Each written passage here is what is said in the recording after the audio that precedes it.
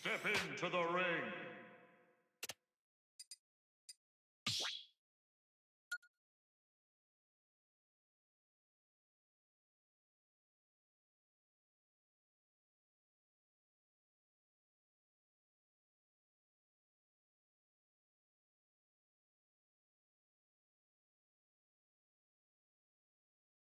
All right, apologies for the delay. We had some technical difficulties and had to actually get a different switch. Thank you for your patience, and our matches should be getting to you soon.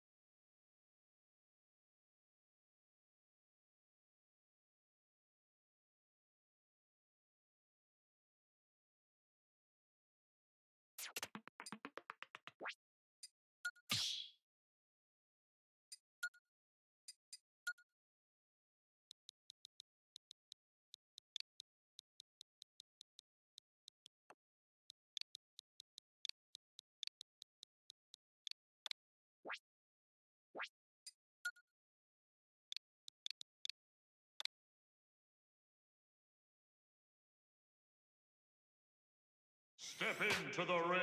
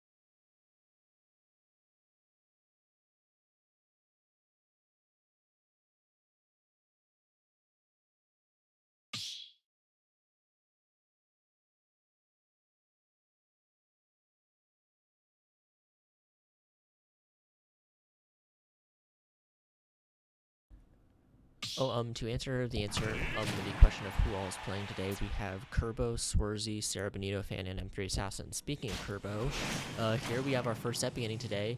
Kerbo versus Tab Zero. Now, Tab Zero, a very formidable opponent. While it was off stream, he is currently one of the only people, or the only person, to have taken a set off of Swarzy, who is Photo Stage's best Steve player. And as we can see here, is very, very good Wolf. He has strong fundamentals of the game, incredible neutral, very good punish game. As we can see here, that laser coming out. Incineroar is a very slow and very strong character who has access to the unique Revenge move, which is a counter which powers up his next attack whenever he absorbs an opponent's attack. Wolf does not have any special mechanics per se. Instead, he is just very well-rounded. He's a very, very good Swiss Army knife style character. He has a ton of moves from nearly every situation. He has one of the best projectiles in the game in his blaster. He has great spacing tools, and with both forward air and back air especially being a great kill move. His smash attacks are pretty decent, and he's very fast with incredible airspeed, and around average ground speed. The big thing about Wolf is that aside from his recovery, he doesn't really have any big weaknesses. As we can see here, that up smash having great kill power against a heavier character like Incineroar. And in this online league where characters or people are a lot less likely to go for edge guards, Wolf recovery being not that good is not as big of a deal. We see a jab lock. That is a unique mechanic where if the opponent is knocked down and you hit them with a weak move while they're in the knockdown state, you can essentially lock them in place and guarantee combos that otherwise don't work. After showing his excellence in the game, however, still not enough to get caught out occasionally. We can see that down smash, really high knockback move, is one of Incineroar's many different kill options. That being said, Kerbo is struggling in this matchup. He currently has a huge percent deficit of nearly 100. His tabs are just wailing away on him, neutral getting hit after hit. Being said, he is at high percent. This is a round Wolf kill percent. Goes for an up smash, just barely misses. Kerbo doesn't get a punish though. So trying to go back. Lariat gets caught out, gets hit with a forward smash. That move is pretty safe on shield. Gets hit with the up smash, scooped up, and that's going to be the second stop. Kerbo now in his last, and tab 0 still in a second with only 25%. That being said, if any character could make this back, it would be Incineroar. This character can absolutely rob people. That being said, he gets him off stage, and that angle that the blaster sends him at, that's going to be very bad. Incineroar doesn't have good recovery options. Even worse than Wolves. So we see that cross chop goes at a very specific angle, and if a move gets enough knockback and gets them in that little sweet spot next to the ledge, there's just no way for him to be able to make it back as Tab 0 takes the very first game.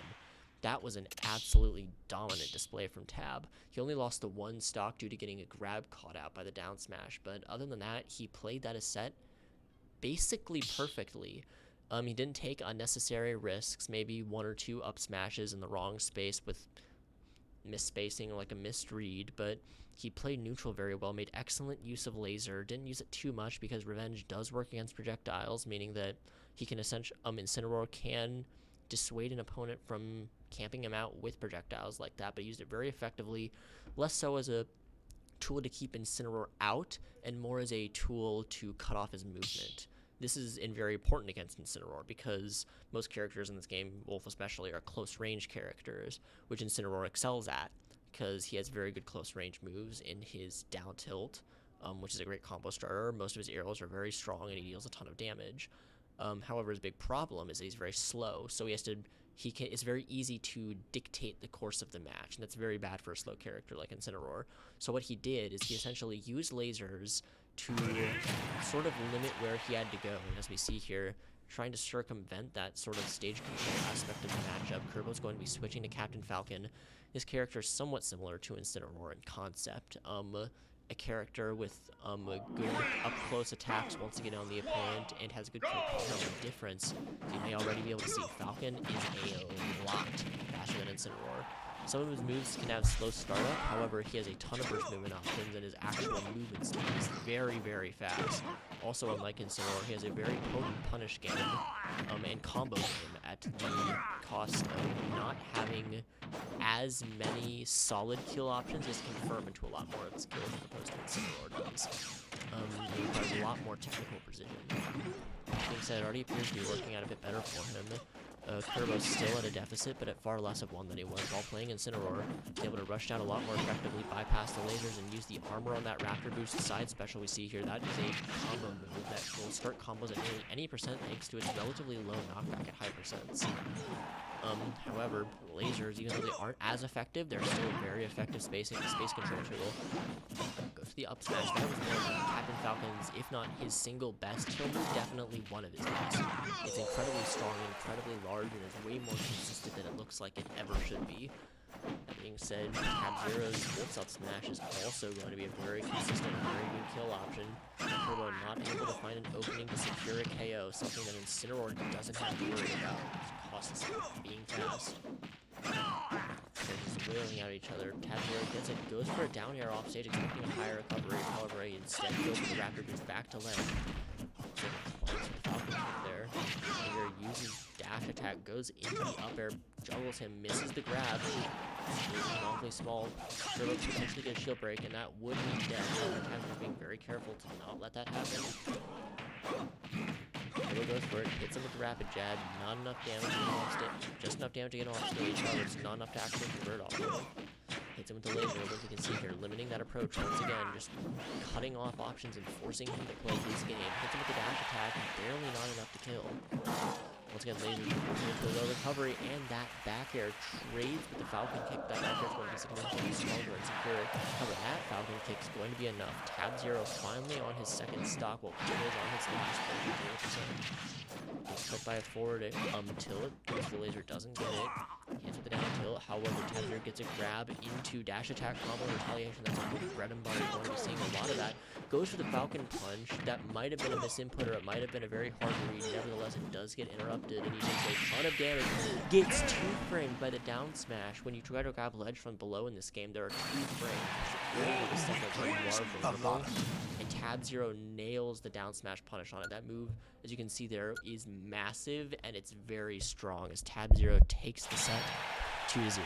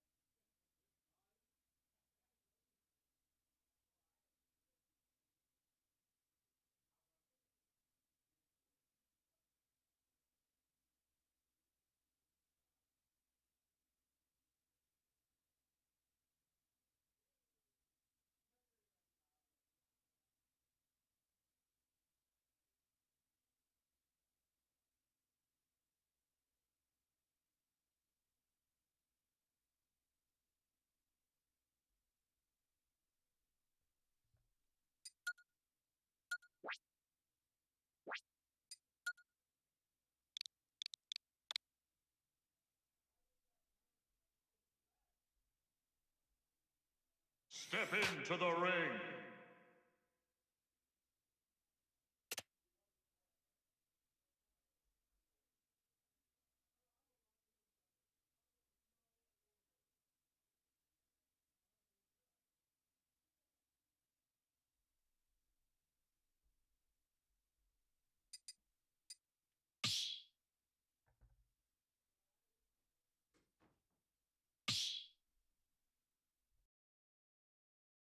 Alright, and we'll be joining you mid-set with our second set of the day. We have Swarzy versus EB932.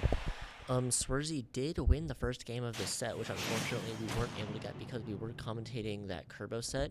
However, we will be able to catch game 2. And if we know anything about Swarzy at this point in week 6, is that this is probably going to be the last game of the set. Swarzy has proved himself to be an absolute monster in bracket. We can see here already as a dominating lead, could potentially convert this into a stock just off of this. Baits out the climb hazard, doesn't quite get the punish on it.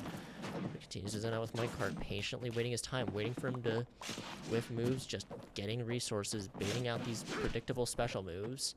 He's probably going to start anti-airing with the up smash soon. This is one of Steve's better anti-airs that lasts for a very long time and deals a ton of damage. However, EB does have limit now, so he's going to have to play a bit more carefully. Use his blocks to block out the blade beam. Hits him with the down air off of the anvil block placement, and that's going to be the first stock. Swarzy not having gotten touched a single time this stock, or rather this game so far. Hits him with the down air, that's going to be the second stock. Swarzy still not having taken a single point of damage, now has access to diamonds. Trying to use Blade Beam. Looks like Swarzy wants to get the perfect here. Playing very cautiously. Trying to get the JV. Hits him with it. Hits him with a combo. Gets him off stage. JV to climb hazard back. Gets caught by the command grab. Tries to get it and gets hit by the ledge get up right as the set's about to end. Unfortunately, Swarzy doesn't quite get the JV4 stock. However, he does get 2-0 to death, only taking 18.9% in an absolutely dominant game 2, taking the set.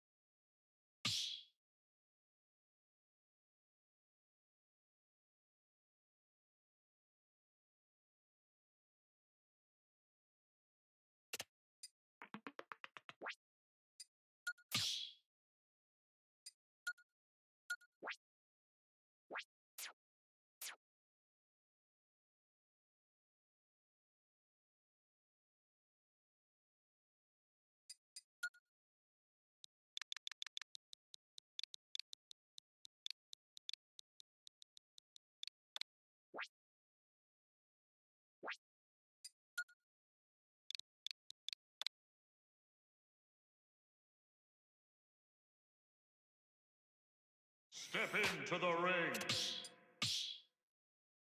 Ready? Ready?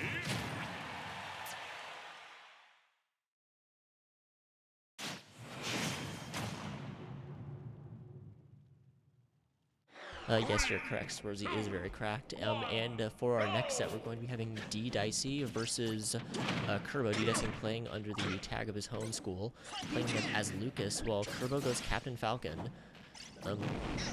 We see here Captain Falcon, once again, fast character with somewhat slow startup on some of his attacks. However, still generally very mobile and very good at rush down it. And we can see here very good at edge guarding as well. Hits the down air while he's hanging off the ledge, taking the first stop very quickly. Lucas, on the other hand, is more of a zoner-esque character. He does have decent frame data up close. However, he mainly wants to keep his opponent at a distance. We see here these projectiles, that PK fire, and you're probably going to see PK freeze if he ever gets launched off stage. That is a very good non-committal edge guarding tool. Goes to the forward air instead, predicts a roll in, goes to the up smash, however, gets the raptor boost on dash back, rolls through the forward smash, goes for the knee, gets grabbed, goes on stage. We can see here PK Thunder trying to interrupt the recovery, however, it doesn't work and gets caught out by it instead. Falcon kicks back to stage. It's a very risky option. Kerbo would do good to just leave those options sort of at the minimum, only use them when absolutely necessary. Gets caught out by the grab when doing the raptor boost, gets launched back off stage, and that's probably going... Oh, it's not quite enough to be the stock. Barely enough frame for that recovery in order to survive. If he had been launched any more than that, he would not have been able to make it back to stage. Barely goes back, avoids the down smash. Not the great timing to get the 2-frame on it that he was probably hoping for. There's back to stage. Kerbo struggling to find a KO here. However, that early forward down air did give him a stock lead. So Kerbo is still in a very comfortable position. Goes for it again and gets down aired himself. All of a sudden, the tables have turned. Kerbo now finds himself down a stock against D Dicey here. Gets launched off stage yet again. Goes for another spike. However, Kerbo just barely avoids it. Gets hit by the PK Thunders. Goes for Falcon kick, appears to trade with the nair, avoids the PK fire, tries going for it again, goes for the grab, just barely not enough range. However, knocks him out with the Falcon kick this time, sends him off stage, goes for the knee, doesn't get it, goes for the raptor boost, unsafe on shield, gets punished by the nair. Gets hit with the PK fire, raptor boosts back to ledge, gets caught out by the down air, tries to spike him off stage, gets 2-framed by the down smash. That might be the game. And after that down air, that is going to be, after what appeared to be an almost guaranteed win by Kerbo, after that first stock down air, D Dicey actually takes the game with 2 stocks remaining. That was a massive comeback if I've ever seen one. And I think, aside from getting caught out by that first down air, that Dicey actually did play that game very well. He should probably do best to avoid those up-close encounters with Captain Falcon because he just doesn't have the frame data or mobility to be able to match that. If there's one thing that Lucas will lack, especially with his normals, it is going to actually be range, which may sound a bit weird for a zoner, but typically the way a zoner works is that they have 1 or 2 moves that have good range, and then the rest of their moves just have like an average range. Lucas does have below average range. As you can see here, he's a child. He's very small limbs, and that goes with small hitboxes. Falcon, on the other hand, while he doesn't have the projectiles, he doesn't have the stage control that Lucas does have, he does have larger limbs, and therefore in a lot of cases larger hitbox. So in that sort of mid-range where projectiles are going to be too slow to be effective, Captain Falcon's normals can actually stuff out Lucas's relatively effectively. As we see here, though, he's not going to be going Captain Falcon. Kerbo instead choosing to, whenever he loses a game, choosing to swap characters to his other main, in this case going to the Incineroar.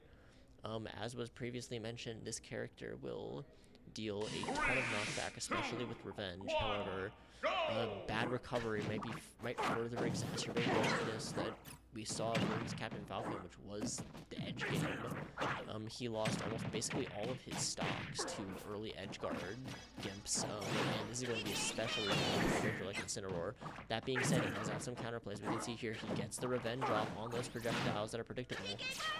That being said, once he is off stage, it's going to be a lot harder because Incineroar does not have a lot lot of good options to get back, although he can get projectiles, absorb them, and get revenge. When he's thrown by the opponent, he will actually lose revenge. See here, Lucas's drift coming in handy, goes for an edge guard with down, doesn't get it, goes for revenge, however, misses it. It's an opportunity, gets caught up in forward air instead, however, dominates Incineroar with his better frame data. That is one of the things Lucas does have with this character. See, most characters will have over Incineroars, and they just have better frame data than he does. Gets thrown back off stage, gets down off the side. He's actually one of the few characters in the league that appears to actually go for edge guards consistently. Although incredibly bad in this matchup, especially. Kerbo not able to get any edge guards in return, predicts a roll back and goes for an up smash, however, doesn't get it. Getting comboed by Nair a ton here, however, makes it out. Goes for an upwards lariat, trying to kill off the top instead of going for the strong lariat. I don't know if the strong lariat would have killed it. Probably would have been closer to at least send him off stage. As it stands, though, he is going to get caught out by that down air of the cross chop. Isn't going to be enough to save him. And Dicey, with an even more dominant game 2 than there was game 1, takes the set 2-0.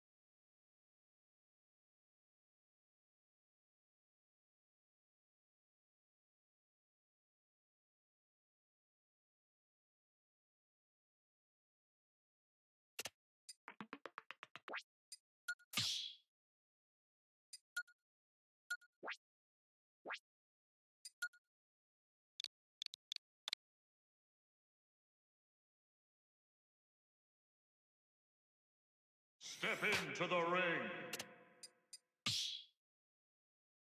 Alright, and once again, we will be joining a Swarzy game mid-set. This appears to be a running theme here. We have Swarzy versus Biggie Cheese. Game 1 has concluded with Swarzy obviously taking it with a 3-stock. Biggie Cheese playing Hero this time. This is a very unusual character. This is essentially just the roulette wheel. This character has a random 1 in 16 chances to crit the opponent with smash attacks, which deals double damage and intense knockback. And as you can see here, that command menu, that has randomized options on it. So every time you use that move, there's like a certain set of options that he has available to him that will be different each time. It goes to the magic burst and these options are all controlled by mana, or that MP bar that you see there, and that magic burst there is actually going to take all of his mana in exchange for that powerful shield, or like burst projectile there. Unfortunately, he's not going to hit with it, so now he has almost no mana against Swarzy's Steve, which is a very scary position to be in. That said, he does have the lead right now. Edge traps him, gets him here. He has Sizzle, doesn't go for it. That's a pretty strong projectile that is capable of killing. Just trying to look for a kaboom, however, does it the wrong direction. Swarzy just waiting. Tries up smashing, uses the blocks to cover himself, so it's not really risky. Goes for the up smash, misses it initially, however, the long-lasting hitbox is still going to catch him. Swarzy taking the first stock despite the percent deficit. And here we've entered the blender. Swarzy's combo game is immaculate. He's catching out a ton of things, gets hit with the minecart, this could potentially be converted into a stock. Goes for the anvil trap, doesn't get it, however, back air gets stuck out by the forward air. He's trying to go for something, goes for a bang, and that's going to be enough back there. Takes Swarzy's first stock. Swarzy has an 86.8% lead though, goes for another up smash, doesn't get the punch against it. However, the flame slash is going to connect with the minecart, and the hit lag off of it is going to increase the amount of time the spare is active. Now he has the shield up. That move will will essentially reflect projectiles back to their users, so Swarzy can no longer make use of the mine cards when casting smash attacks. However, as we can see here, that's still going to be more than enough for him to potentially take the stock. Gets him off stage with the back air. Gets him off stage with the dash attack. Not quite enough to kill. Goes for a block. Goes for the anvil setup yet again. Actually hits him this time. Still not enough to kill at 163%. Gets snoozed midair. However, gets caught out by the up special, which is going to be able to save him. If that hadn't happened, Swarzy may have just died in that situation. Snooze puts the opponent to sleep regardless of whether or not they're grounded, unlike Jigglypuff Sing. And that essentially incapacitates them for a while, which is very, very bad, especially off stage. However, Swarzy does have gold. This is a unique form of item as it has better frame data than all the other kinds, so we can potentially get better punches with this. And the anvil. The anvil launches him up and to the right, which causes him to bounce off of the side of the block, killing him off the side. Swarzy takes game 2. That was a bit scary, but he still manages to pull it out.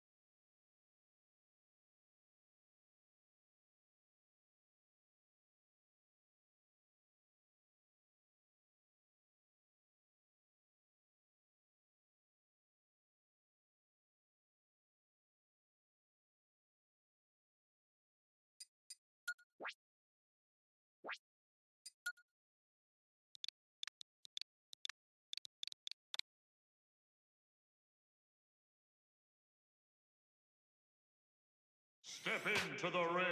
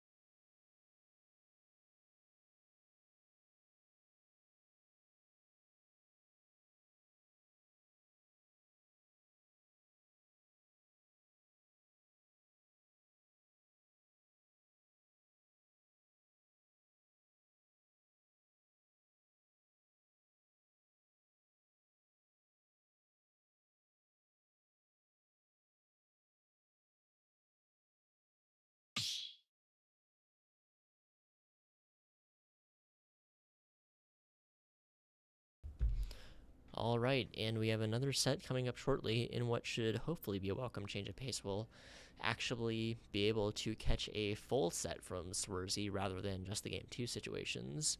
And that will be beginning shortly in Swarzy versus Master of Characters.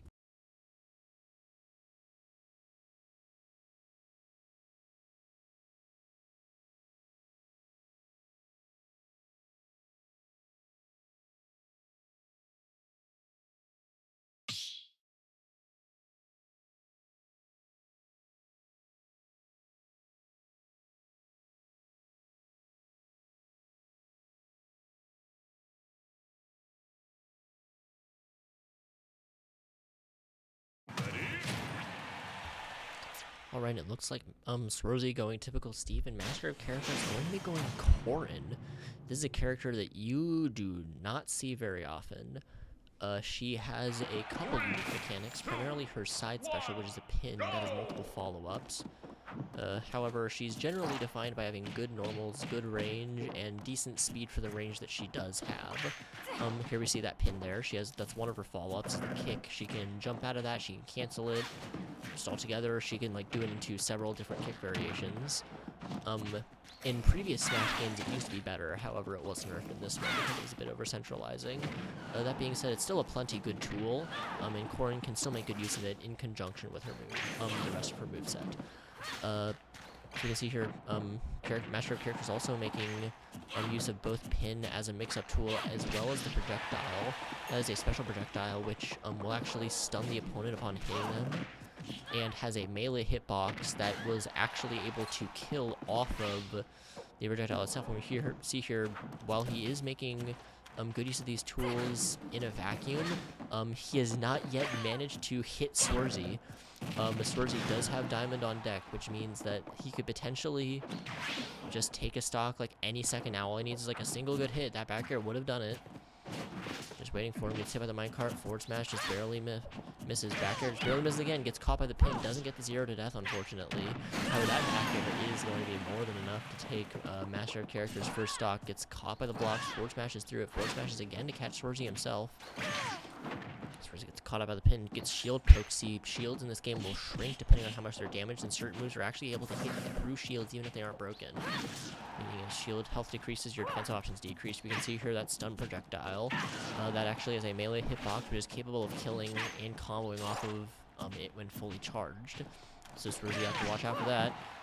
Gets hit by the very tip of pin. That's a great kill move. Elytra's back to stage, resets to neutral, just mining materials. He does have Diamond for next stock.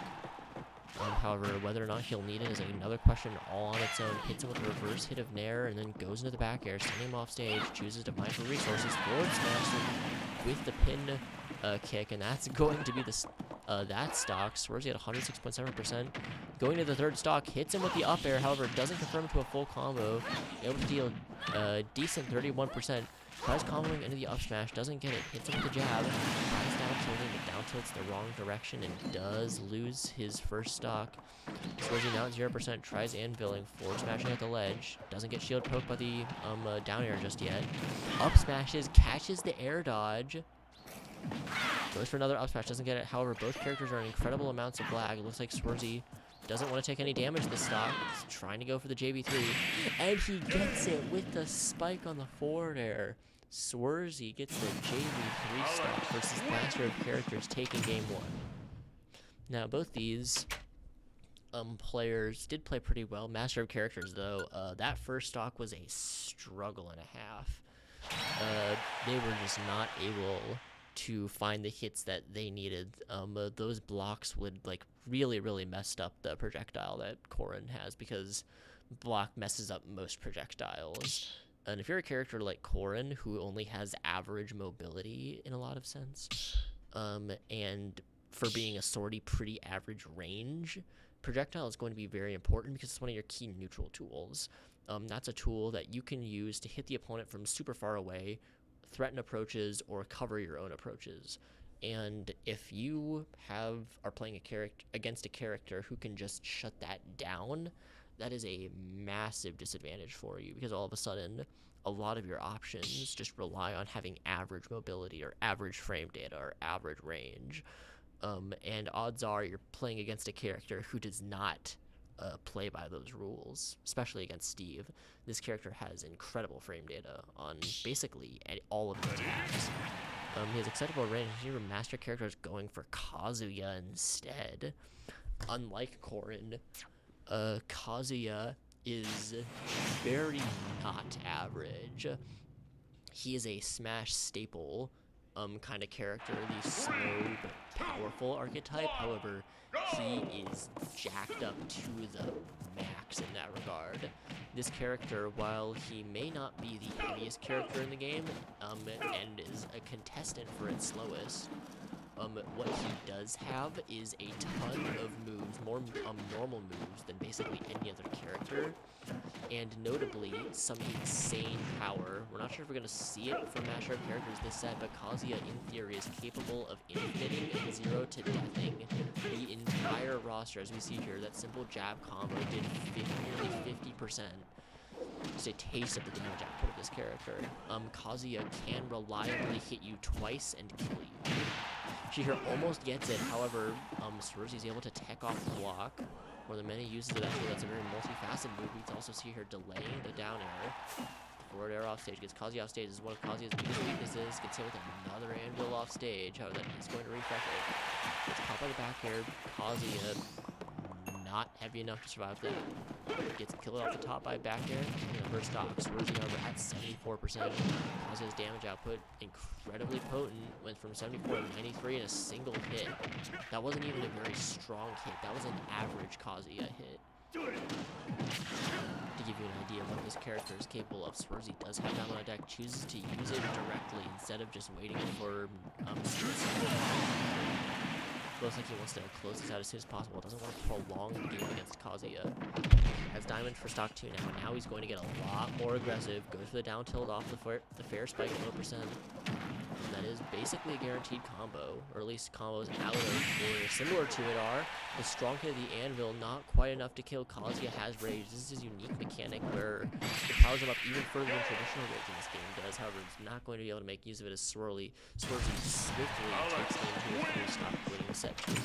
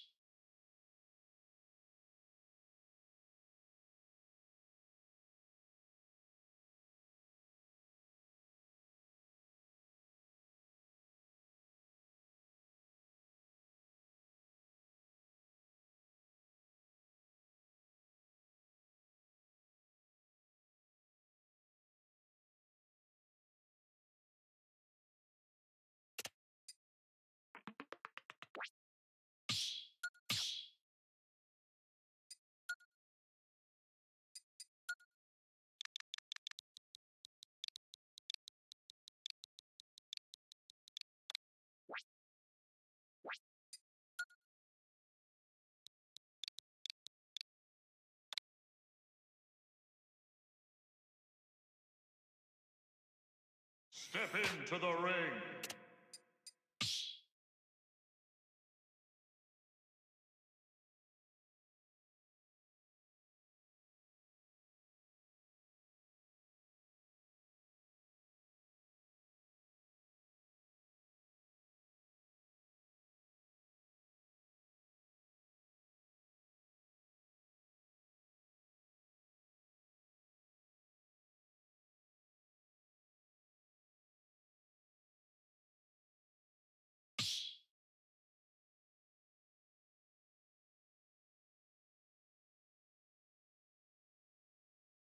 Alright, and for our next set, beginning here soon, we're going to be having Tabby Juice playing under his School's Tag versus Sarah Bonita fans. Will be getting started shortly.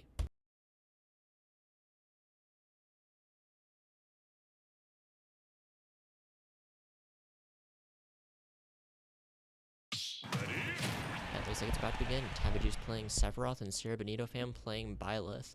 Now, Benito Fan has hit a bit of a rough patch recently in terms of results, so he might be hoping to start turning that around.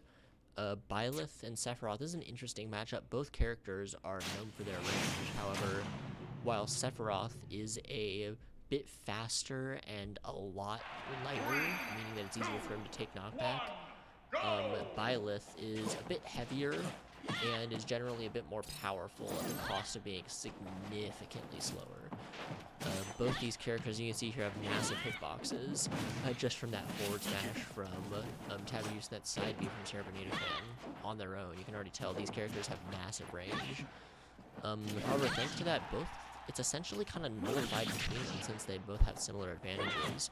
May benefit Sephiroth a bit more since basically all of his moves and all that is going to be faster with them. See here, that up air covering an absolutely massive amount of space. Using Octo Slash to get out of stage, that move's weakness that's very unsafe on shield, and doesn't snap ledge. However, he has other tricks up his sleeve, like that down special counter.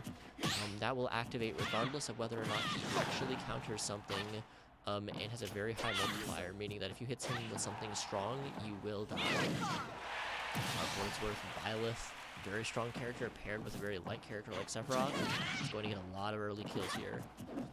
Sephiroth does have a bit of a comeback factor though, in a unique one-wing mechanic, which essentially gives him an extra jump as well as armor on his smash attacks, meaning that if the opponent attacks you, you'll take the damage, but you won't get punched by it. Meaning he'll potentially beat out some moves if he has one wing. That being said, he doesn't currently. He's just trying to hit him in neutral. Seems to be working well. Sarah Bonita Fan able to avoid the second up smash. He's a very side B on shield, very unsafe. He's trying to use Sephiroth's projectiles to his advantage. Both characters have projectiles, but I think Sephiroth may be a bit better. That being said, Byleth, while a bit easier to avoid, are a lot faster in their actual travel speed. However, Sarah Bonita Fan doesn't seem to want to use them. Instead, using a lot more aerials and smash attacks. Barely gets the forward smash, but it misses. He was actually too close, and he phases essentially directly through him. Tries going for the Giga Flare. Ledge trap doesn't get it, however, gets a smash attack interrupted by the Octo Slash, gets sent off stage. Goes for the counter, just barely misses it. Sarah Bonita Fan hits him with the down tilt. Tries hitting with the down tilt into the up air. Doesn't get it though. Sephiroth gets knocked off stage. Now use Octo Slash's back. Again, a Sarah Bonita Fan just starts punishing that a bit more. Doesn't get the punish that time. However, hits with the side B. That's going to be enough to take his second stock. Now, Tabu Juice is going to be on his final. Sarah Bonita Fan still able to work with. That being said, 108% is not a lot against Sephiroth. He can just wing it. He doesn't have a jump. Barely makes it back to stage with the Octo Slash. Uses it again. Sarah Bonita Fan looks like he tried to interrupt it with something, however, doesn't get it. Dash attacks him off. Actually shielded this time. Here we can see how unsafe that move is. He has enough time to even forward smash him afterwards. Spacing out with back air, trying to outrange him. Baits out the dash attack and hits with the forward air. Barely jumping over. Grab with, hits with the down tilt, tries again with the up smash, and gets with the sweet spot of the forward smash. Strong move plus 132% of range. Each battle a chance to grow. Extra knockback, as well as the sweet spot against a light character like Sephiroth. That is going to be death, even from that close to the center of the stage. Sarah Bonita Fan takes game 1.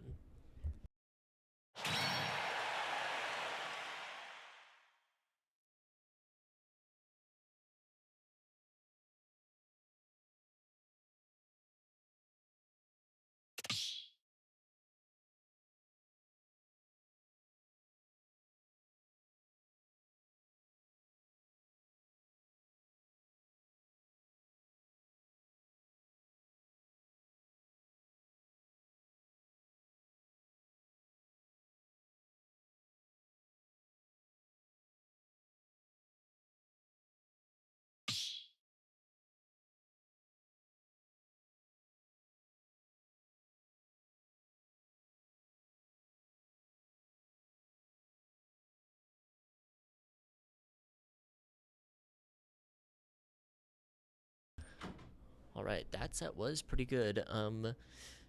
Here we can see here, we have Tavi Juice maybe relying a bit too much on that Octo Slash.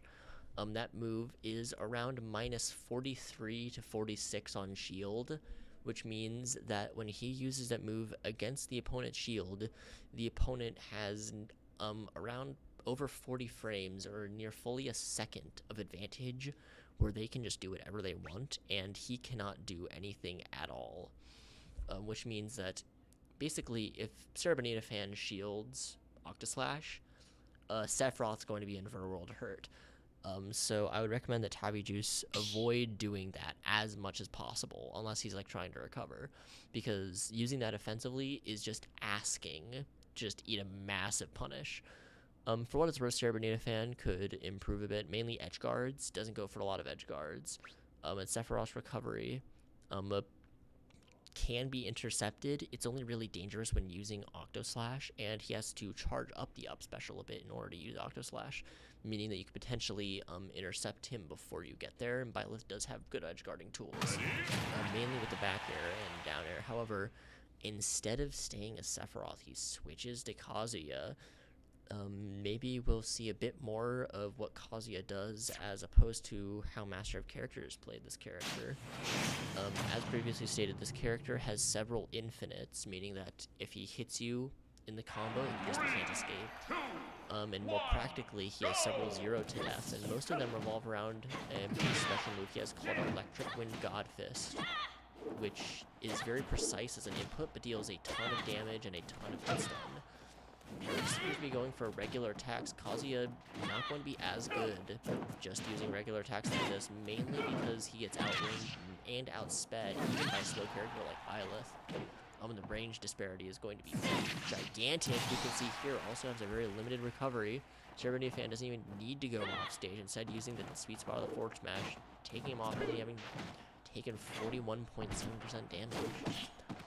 Baits out the slow attacks. Looks like Sarah Bonita fan is just waiting for him to do an attack and then punishing him for actually doing it. That's how much end lag he finds himself in.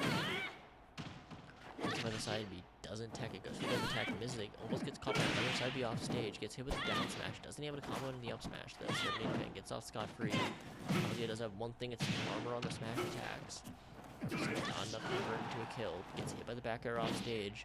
Sarah Bonita fan just waiting for him to do something unsafe, interrupts it with a dash attack, gets hit off stage once again, gets caught by the side B though. Just barely avoids it, does not have a lot of options on using that attack aggressively. It does have high knockback, but it's also very risky and generally not advised to throw out.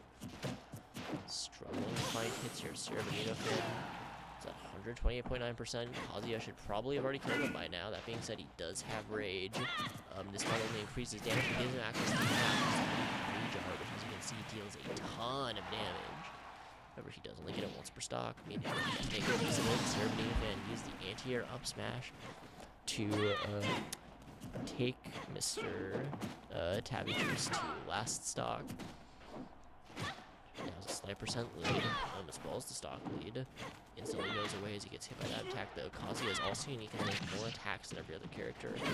Most characters have an up, down, and forward tilt. Kazuya has a tilt for every direction of the analog stick. Up tilt is different from up back tilt, is different from up forward tilt, etc. This means that he does have a lot of options at his disposal, but he can also be somewhat hard to use.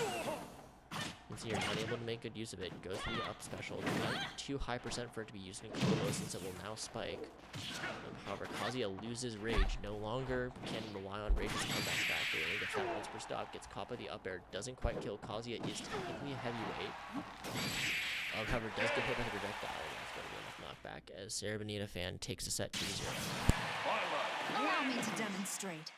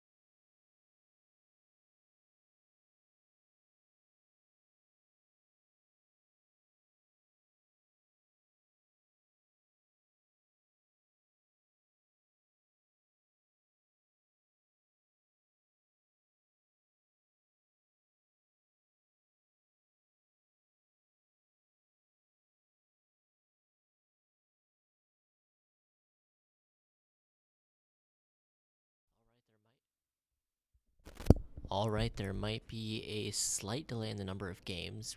We're reaching our last few opponents, and we're gonna wait to see if there are any rematches that we can make up. And we'll get back to you when we have something a bit more to play.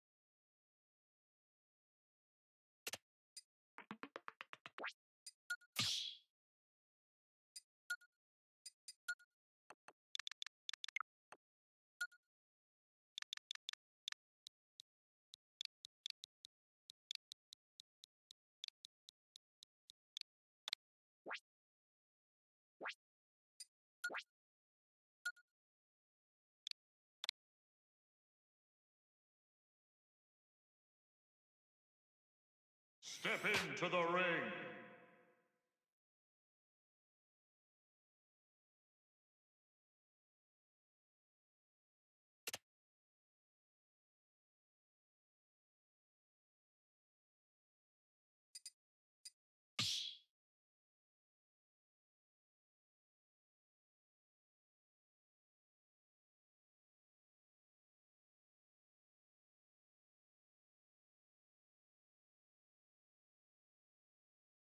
Alright, apologize for the long delay. We should have another set coming up here soon. We'll have a makeup from what appears to be a week 3 match of Swarzy versus the Splatinator.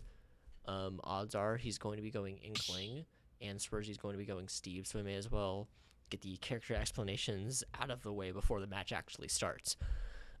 With Steve, we already know what Steve does. He places blocks, he uses resources, he has different moveset depending on what tool he has, etc. Inkling is a character who uses ink.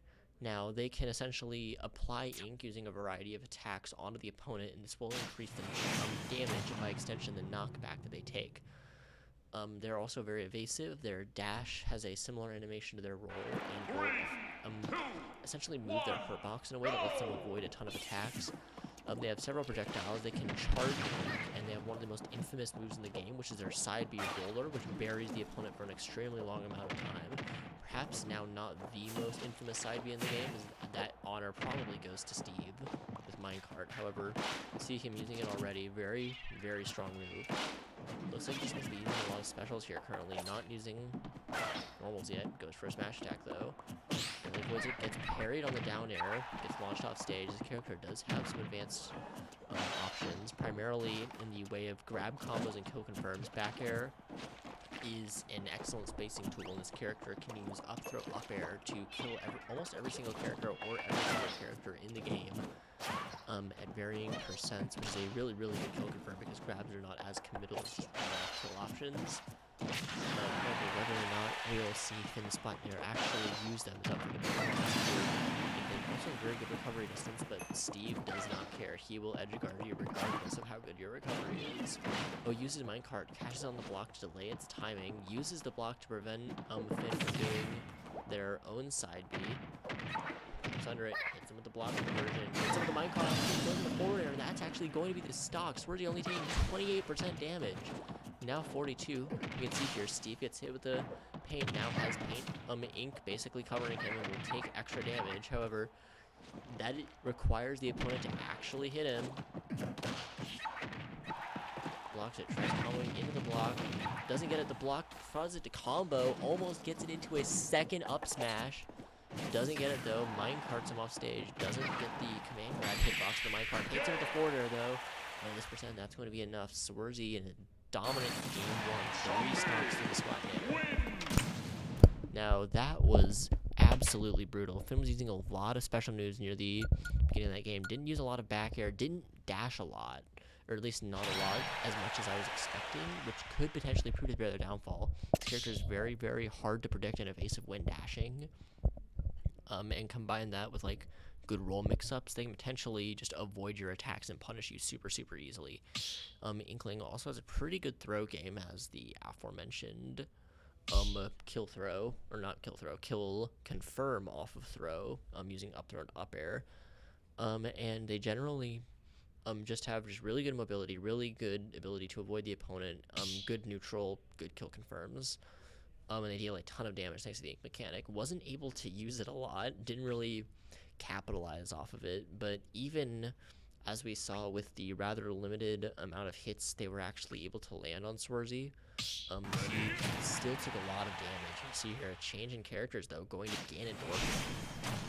Now, I said Kazuya was strong, but in terms of like raw power, Ganondorf is the power character. He is essentially the ultimate expression of the slow but strong archetype. He deals a ton of damage. He had that single up smash at 30. He's hit him twice, and Swary's already at 51%.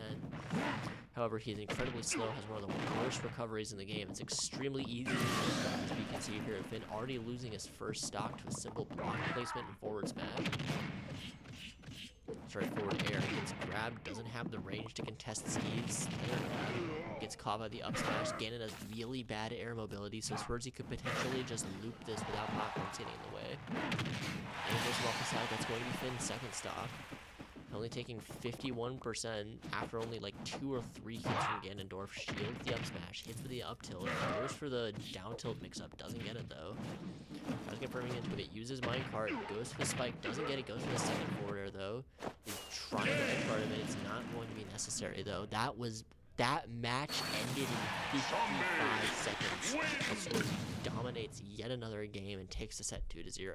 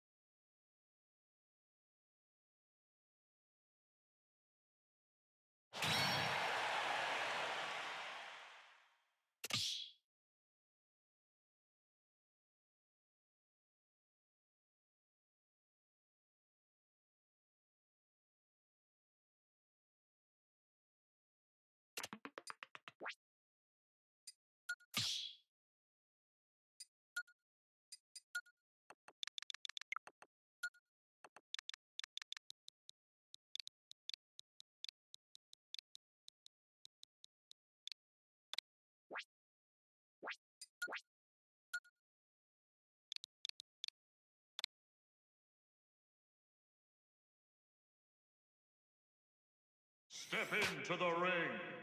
Ready?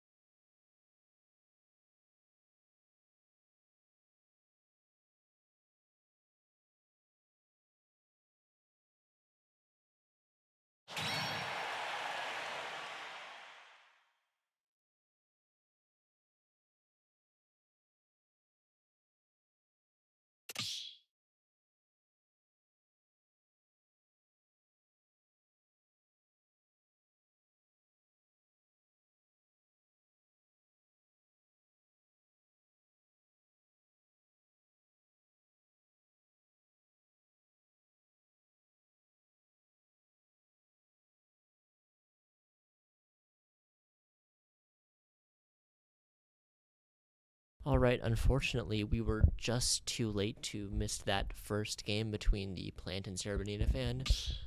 It was close, however, the Plant just barely managed to take it. Sarah Bonita fan is now down a game. Playing Byleth against, obviously, Piranha Plant. Piranha Plant is a weird character. He's not considered to be very good. Very slow, not particularly strong, not particularly heavy. To make up for it. However, he does have ledge trapping. What he essentially wants to do is get the opponent by the edge of the stage and keep them there. He wants to use projectiles that last a long time and set traps to essentially prevent the opponent from being able to get off of ledge and punishing them for their hesitation. Unfortunately, we weren't able to see any of that first game because obviously we didn't join just a bit too late. However, hopefully we should be able to see it in the second game.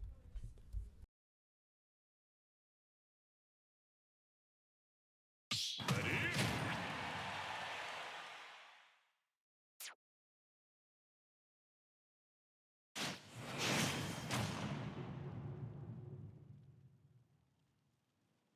Alright, and game 2 is about to begin. One. Playing on Final Destination here, the stage could potentially, honestly, probably benefit Plant a bit, mainly because his goal is to ledge trap the opponent, and if you don't have any platforms to run to, ledge trapping becomes a lot more difficult. That being said, it makes Byleth neutral against him a whole lot better. We can see here almost gets a shield break, however, just barely avoids it. Or shield poking instead. Probably would have wanted a shield break instead. That would have been the stock. Germany fan goes forwarders off stage, has a slight % lead, waits for him to go back. However, the Plant doesn't go for it, instead accidentally SDing. Looks like he tried to do an up special a bit delayed and isn't able to get it. See him using a lot of that down speed left. He does have armor while it's charging. However, when it outstretches, you can't. He essentially outstretches throughout most of the stage, but you can actually hit him while he's doing it, which can lead to some very janky scenarios, to say the least. However, appears to be pretty good at avoiding that. Sarah Bonita fan not having the timing quite right to release it. Just try to keep him at bay. Plant, he does have a stock lead after that SD from Plant. Now at roughly even percent, just a 10% difference. Of course, as I say that, Commentator's Curse loses first stock to the spike ball. That is going to be one of Plant's best moves, especially for the aforementioned edge trapping. Here we can see that extended hurt box and the down special coming into play. Clips it out with a side special. Waits for him to get back on ledge. He goes for that poison cloud deals a lot of damage, but doesn't deal any knockback. Sarah Bonita fan catches out the jump with the up smash. So able to get the stock off of that. Gets hit with the Patui spike ball once again. That is what it's called. It's actually called a Patui. Sarah Bonita fan struggling to get back to stage. Uses the legend invincibility, however, gets caught out by the down special. And loses his second stock. Both players now at even stocks, even percents. This could be anyone's game. That being said, Sarah Bonita fan deals a lot of damage. A pretty high damage character, however his shield is looking very small. Playing potentially capitalize really well off of shield breaks. Use Patui to covers, get back to stage, doesn't get it, goes for the up special, catches him with it, down smashes him off stage. Now it's a percent lead. Here we can see some of that ledge trapping. However, he whiffs the down special, and Sarah Bonita fan's able to punch it, gets caught out by the Patui. Goes back to stage, using the Patui once again to ledge trap. Using Poison Ball to limit his options. Doesn't quite have the spacing for it. Goes for the forward punch, doesn't get it. The down smash sends him back off stage. Is able to go for it. Invincibility's through the Patui. Goes for a back air, tries to hit him. Isn't able to quite get it. Sarah Bonita fan's at 120%. This is risky. Oh, goes for the up smash. However, the Patui will still have a hitbox even if Plant does get hit.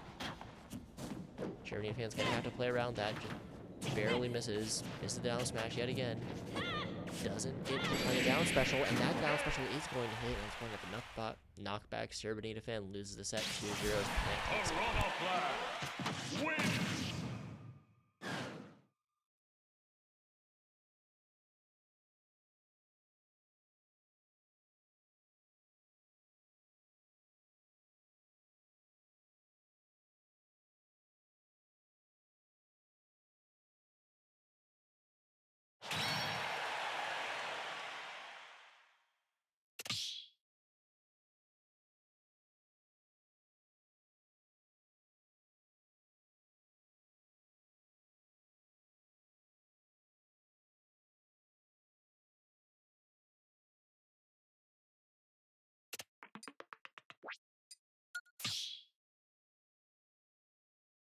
Alright, so that will be our last full set of the day. However, we will have one more match.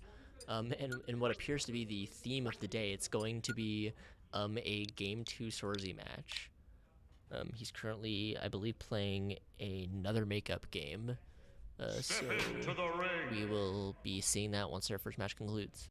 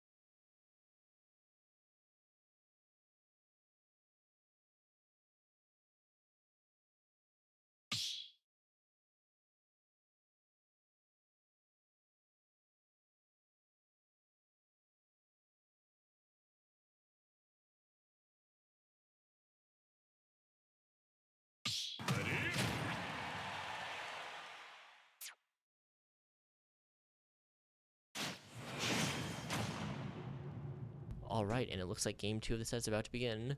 Obviously, we have Swarzy versus Don64. Swarzy won the first game with a 2-0. Originally, Don was playing Dark Samus, so he's going to be going K-Rool. This character does have armor and does have projectiles. However, as we can see here, he is a big body, which means that he can struggle immensely against a combo-heavy character like Steve. Already, he is at 75% just from 1 or 2 openings. That's massively unsafe on shield. That dash attack, a lot of K-Rool's moves, not very safe. See, Anvil clashes with K-Rool's recovery. Zero goes for it, however, does get swatted out. That is one of the good things about K-Rool's recovery. It's hard to intercept from the top up or from the sides. It's see here, all the weight in the world can only help you so much. Is that down smash is going to be enough to kill this high of a percent? So waits for the opening, gets the down tilt, goes into it, gets countered, however, goes the opposite direction. For some reason, Don B reverses the counter and isn't able to get it. Swarzy sends TNT to prevent a ledge roll, goes for the minecart, tries to bait him out. Avoids the down smash, hits him, almost hits him with the TNT. However, Don barely avoids it. However, he does not avoid that up smash. K-Rool heavy character is going to be able to live it for now. Because an Anvil doesn't go for an up special, instead just chooses to lose the stalker, potentially just isn't able to input it fast enough. Swarzy, though, has diamond. A single combo dealing 70%, takes him to 97, and then kills him off the side with the minecart into the forward air. That match was insane. Swarzy just absolutely dominated him. That was brutal. And that's going to be the final. And with that ultimate just display of skill and like of combo mastery, we are going to leave off today's stream. Thank you everyone so much for tuning in, and we'll see you tomorrow for week 6 of Junior Varsity Super Smash Bros. Ultimate for Photo Sage Esports.